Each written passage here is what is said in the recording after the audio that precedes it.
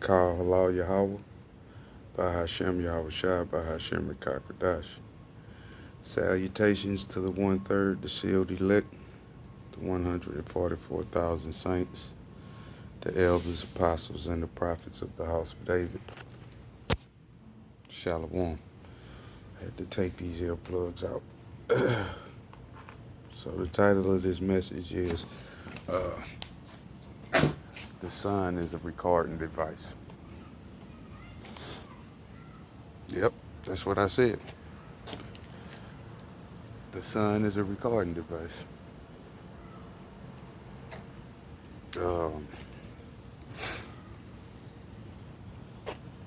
It's an interesting topic, and I can talk about these type of things. I can tell you some real interesting stories, things that happened to me personally in my life. And all of this is over the last couple of years. Up until 2017, everything was normal, pretty much.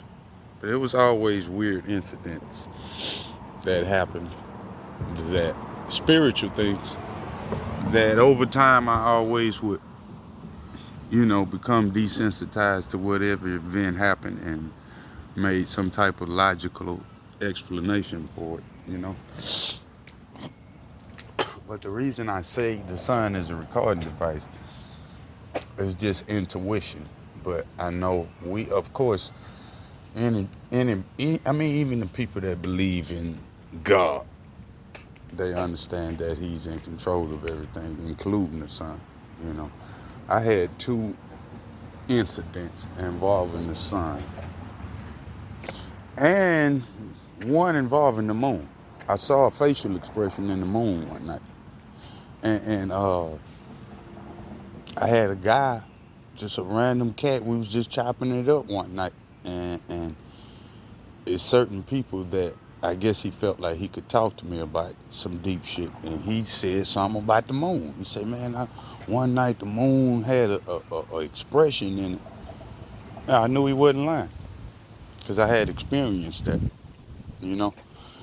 But I had an incident with the sun. This was maybe 3 years ago. Probably not even that long. I know it was in January.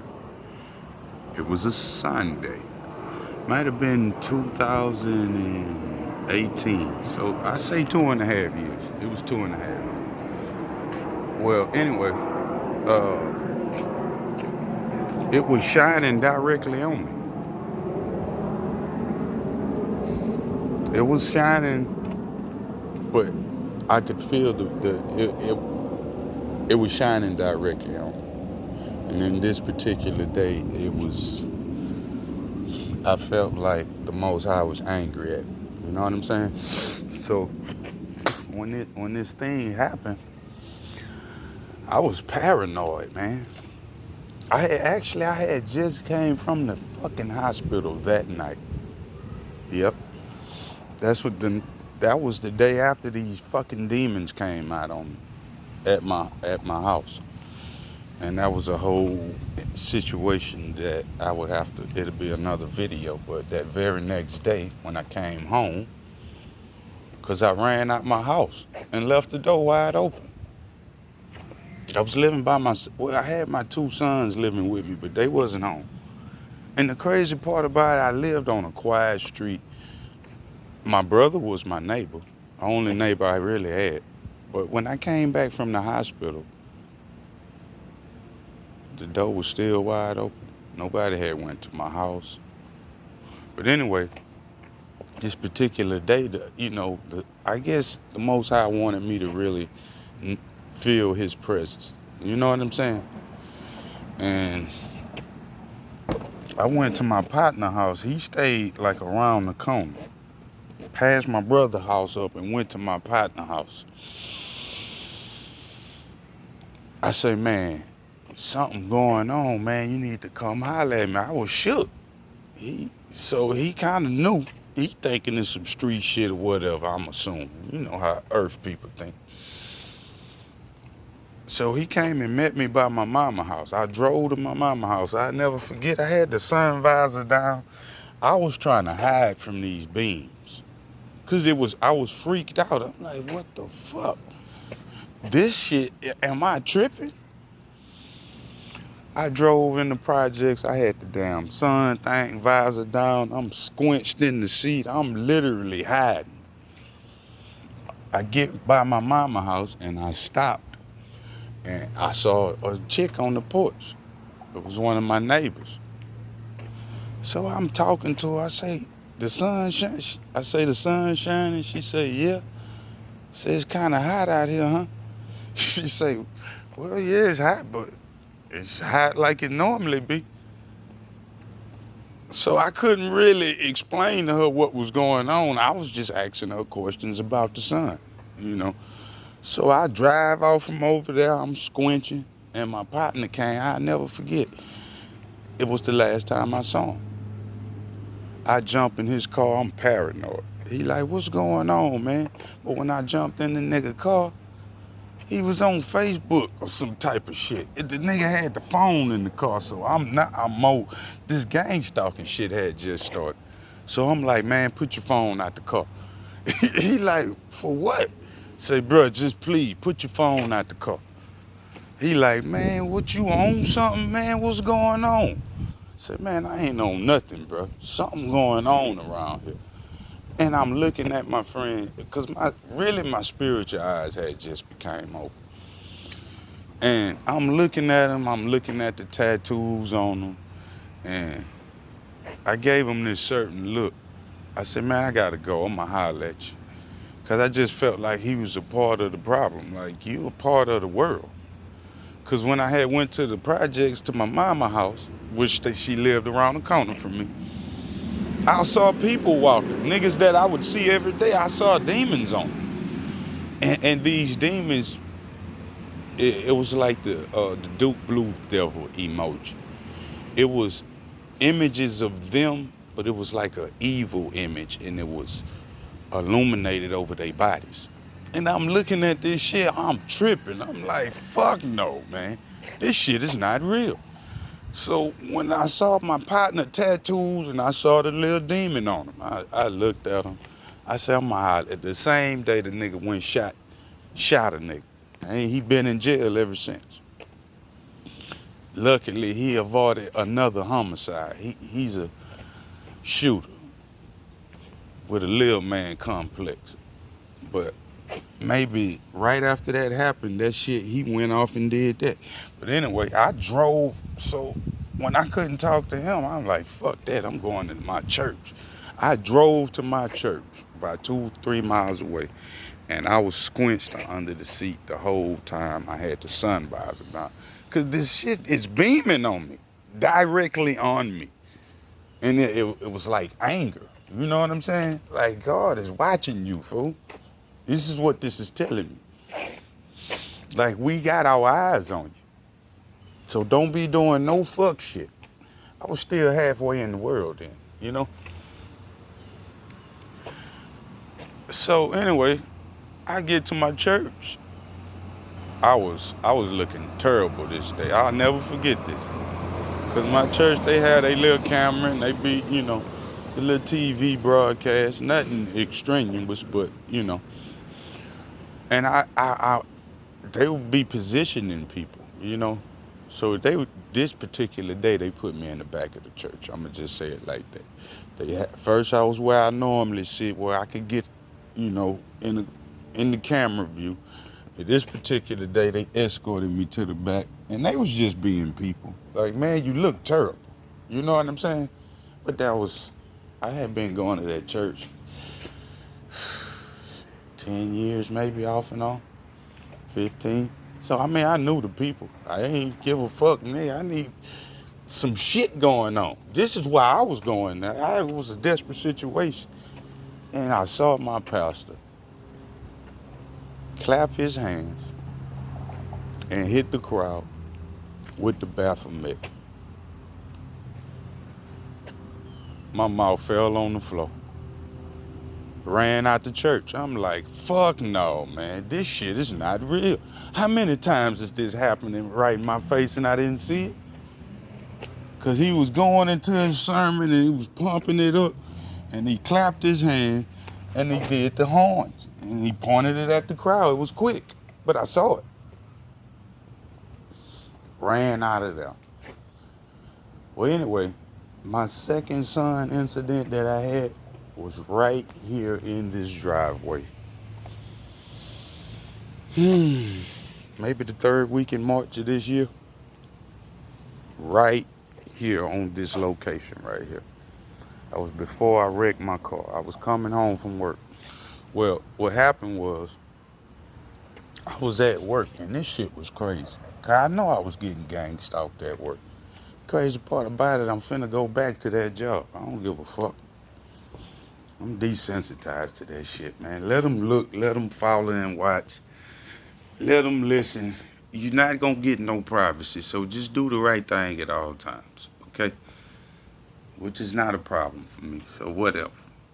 But I don't like being watched, and I don't like nobody looking in my fucking face. That's why my face ain't on camera, because I'm not an earthling, man. I don't want no attention from you. No praise, none of that. No likes, no subscribes, none of that, man. That shit don't mean nothing to me. I just hope that you can take this and get some type of edification out of it. Whatever bones you feel like in it, throw it out. I don't give a fuck. And I'm not a man that I should lie. Who the fuck are you that I gotta make up a story for you to entertain you? I'm not an earthling. I don't dance on no fucking table for nobody. Anyway, I was at work and this little dude, cause this the same nigga ripped me off. I'm tired of fucking getting ripped off by guys like that. Anyway, he was saying something about some smoke. He said, man, I got a partner supposed to bring me a gram or two. But he never showed up. So I'll never forget, we was outside smoking a cigarette on a quick break. I go to my car, a fucking blunt sitting right on my seat, y'all. It was too convenient. And it was burnt on the tip, okay? I said, man, we got some Doty right here. I say, damn, I smoke. And I'm very scatterbrained. Leave and forget shit everywhere. It is what it is. And it's gonna be what it's gonna be. So anyway, I said, well, damn, I must have forgot I had that or something. But I didn't see it there before. And I'll never forget, I waved the nigga over to the car. He coming over there. I had it in my hand. Y'all, I'm about to fire that bitch up. It's at work. Man, the manager come running outside. The nigga came literally before I hurry up and throw it down. Man, this nigga come outside, he talking cash shit. Talking about firing motherfuckers, and matter of fact, that was my last day at work. The coronavirus bullshit kicked in. Then they didn't give me my fucking unemployment, but I've heard I can still file for that shit. I might try to do that today. That type of shit, I don't look, bro, whatever. I ain't getting none of that, man, and I don't give a fuck. My father makes a way for me, man. I'm gonna eat, and I'm gonna do whatever it is for him for me to do, and he's gonna make sure that happens. And he's gonna put the spirit on me to carry that out. No matter how much I fight, bitch, and complain about it. It is what it is, you know? Well, anyway, that nigga just came running out there too fast. Like, well, damn. He said something about somebody told him that something. But anyway, so I go back to work. I said, man, I'm finna smoke this Doty as soon as I get off work. Got off work, drove home. Good thing, though. I still didn't fire the shit up. Because when he came outside, I threw it, and it kind of fell between the seat. So when I got out of work, I just jumped in my shit, drove home. It took me 15 minutes. Came down this street and backed up right here. And I hit that shit 2 times, maybe 3. I'm out here. And my 12-year-old, he was still living with me at the time.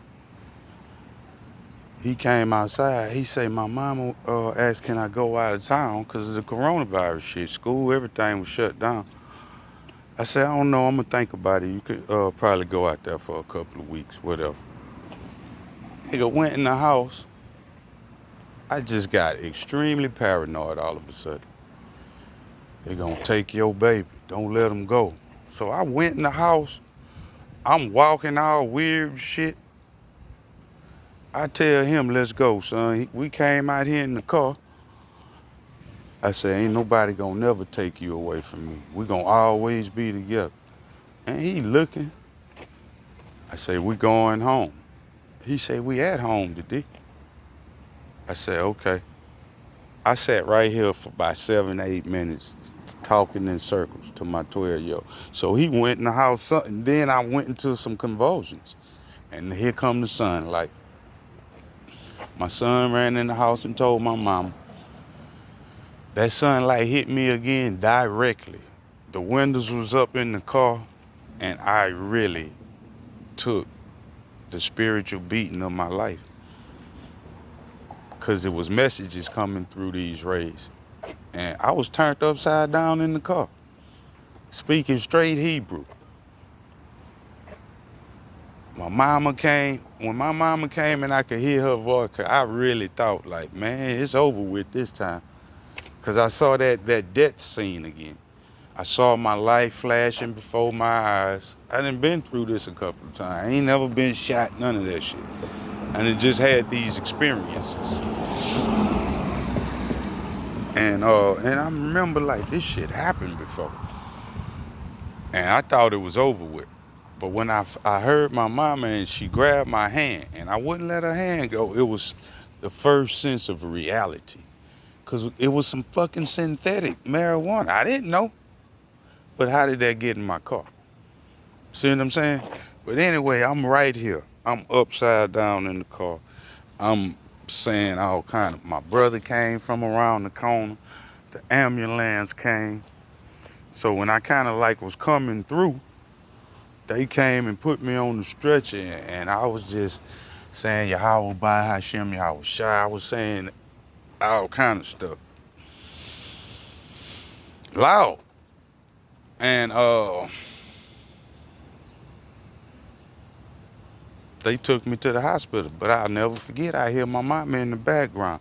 He done smoked that synthetic marijuana.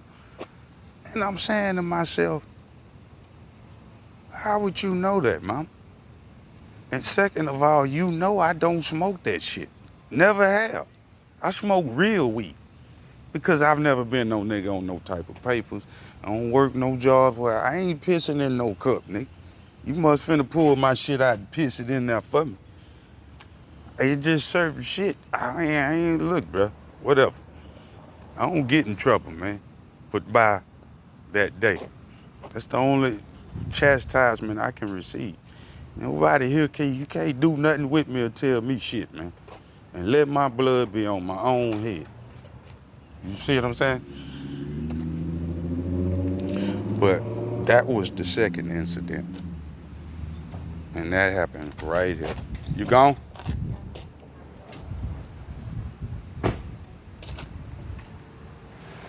That happened right here in this driveway.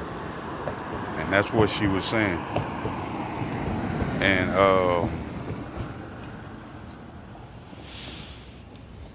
after those 2 incidents, just, through my discernment, I understand that that's a recording device, man. See what I'm saying? That's how everything we read, the world is more technological. If man got technology, understand one thing, the Most High got some technology too. Way better. You see? This is why they trying to monitor everything. They want to be like the Most High. But that is a camera right there. Just think about it. That's what I think. Call Allah YaHaWah Bahashem YaHaWa'shi, Bahashem Rikakradash. Salutations to the 1/3, the sealed elect, the 144,000 saints, the elders, apostles, and the prophets of the house of David. Shalom.